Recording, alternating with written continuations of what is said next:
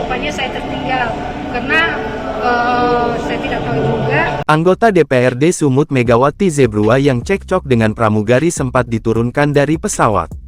Anggota DPRD Sumut yang cekcok dengan pramugari pesawat Wings Air Megawati Zebrua membenarkan dirinya diturunkan dari pesawat.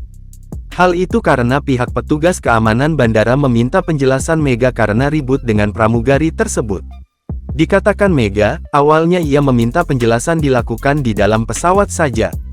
Namun pihak petugas meminta untuk tetap turun. Jadi saya tertinggal pesawat karena saya tak tahu juga, karena keamanan bandara mengajak saya untuk membicarakan apa yang terjadi, ucapnya. Mega pun memperagakan bahasa petugas keamanan bandara yang mengajaknya turun dari maskapai karena permasalahan tersebut.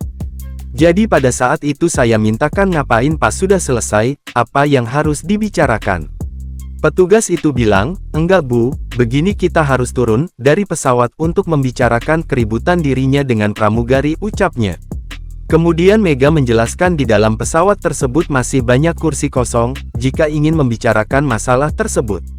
Saya bilang di sini ada kursi kosong Pak, masih kosong kita sebentar biar saya bisa menjelaskan ke Bapak bagaimana sebenarnya yang terjadi, jelasnya. Namun, hasil negosiasi agar ia tidak turun dari pesawat tersebut tak berhasil. Tapi saya tak diizinkan, saya dimintakan dan ditarik ke bawah untuk turun dari pesawat itu aja, jelasnya.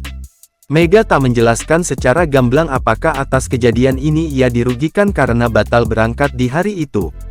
Sudahlah, saya juga enggak mau dikatakan dirugikan, sama-sama dirugikan, jelasnya. Karena diturunkan dari pesawat, Mega pun mengaku kembali berangkat ke Medan dari Bandara Gunung Sitoli pada Senin kemarin. Sementara itu, Corporate Communication Strategic of Wings Air Danang Mandala Prihantoro membenarkan bahwa anggota DPRD Sumut diturunkan untuk ditangani lebih lanjut.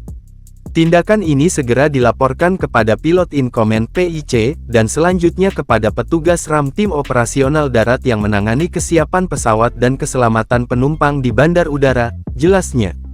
Sebab, kata Danang pihak bersangkutan langsung dilaporkan ke AFSEC.